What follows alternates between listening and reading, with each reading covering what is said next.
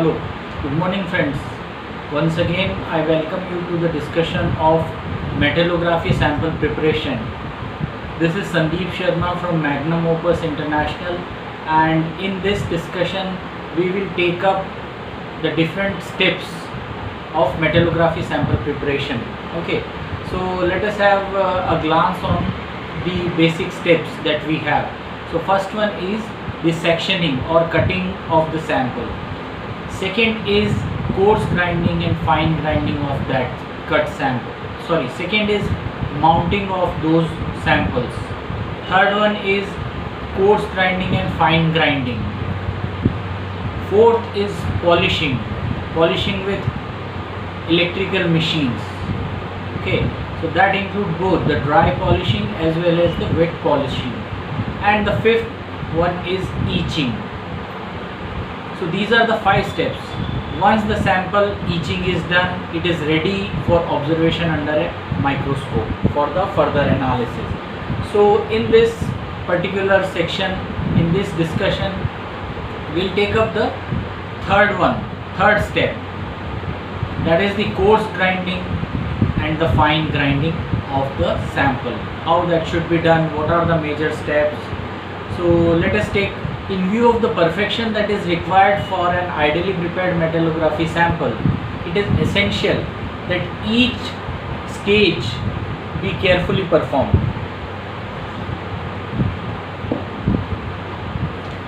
Okay, so now there are few things which we must observe on the sample.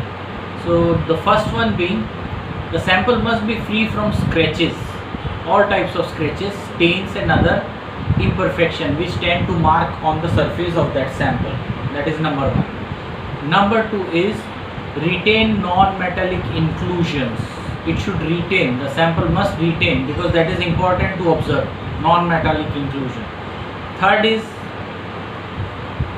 it should not have any evidence of chipping due to brittle intermetallic compound and phases.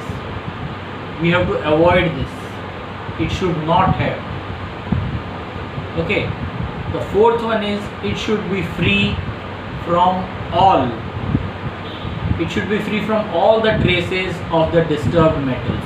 So these are the 4 precaution or the observation we must have in the sample which has come for the metallography sample preparation for polishing stage, for the grinding stage.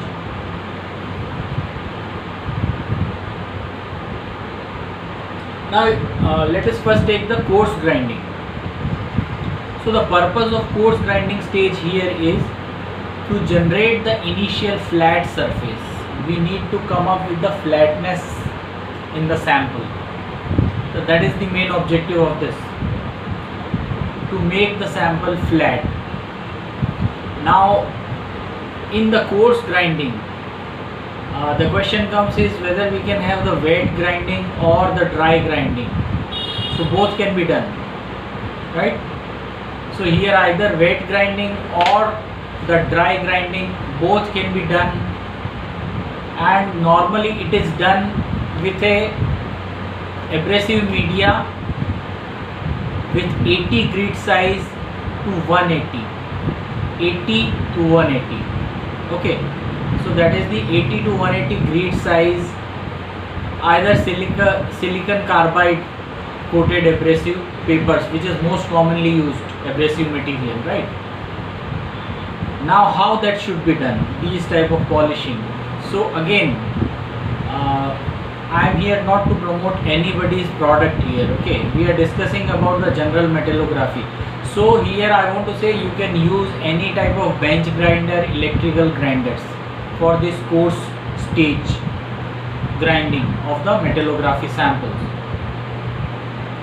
Again, as a result of sectioning and grinding, the material may get cold worked to be considered depth as a result of the transition zone of the deformed material.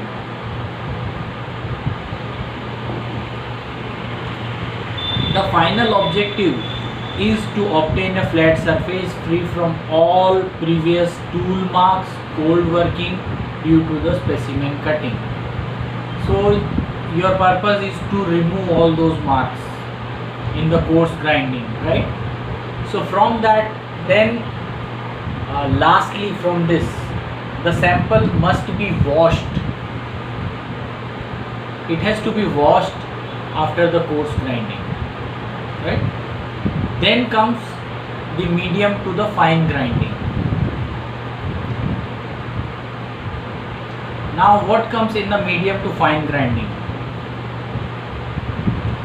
Here an important factor throughout the coarse grinding and the fine grinding stage is that the scratches be uniform in size and parallel to each other in any one grinding stage. Proper grinding should involve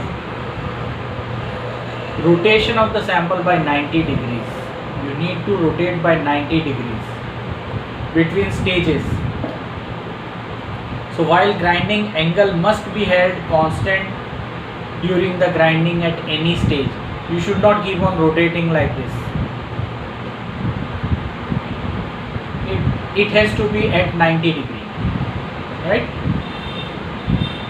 So after this, again, as I told you, the sample must be washed thoroughly before proceeding for one grinding stage to the next one. Here, though these are very simple steps, but failure to follow the basic rule will result in transferring abrasive particles between the stages and will cause time consuming, frustrating problem in removing unwanted scratches at a later stage. And if it goes into the microscope, again they will create a hell of problems. So you must take care of all these things, right? Now, what are the abrasive medias that we are using here? So medium and fine grinding of metallography samples, they are closely allied with the coarse grinding which precede them. So each stage of metallography sample must be carefully performed. The entire process is designed to produce a scratch-free surface by employing a series of successive fine abrasives. The idea is to carefully move from one stage to the next, where the abrasive becomes finer at each stages. Movement from one stage to the next should only be proceeded when all the scratches from the preceding stage are removed, completely removed. So in general, successive steps are: in the coarse grinding, you have taken it from 80 to 150 or 180 grit size, right? So here in the medium to fine, you will have to take further. So here the successive steps of polishing would be to use the grinding media with 240 grit, 320 grit, 400 grit, 600 grit and 800 grit silicon carbide coated abrasive papers. Step by step move up. Okay, now here the question arises that what grinding speed in RPM should be kept. So that is between 150 to 200 RPM we keep. Okay, 150 to 200 RPMs unless otherwise specified in a particular standard or a manual of a particular grade of metal samples by either DIN, ASTM, IES or any other worldly standards that you have to take care, right? So again, once we are through these successive steps, then what should be done? Here again, the proper grinding would involve rotation of the samples at any stage. Again, remember, the sample must be washed thoroughly before proceeding from one grinding operation to the other. This is very important step step, basic step. After every step you have to do this.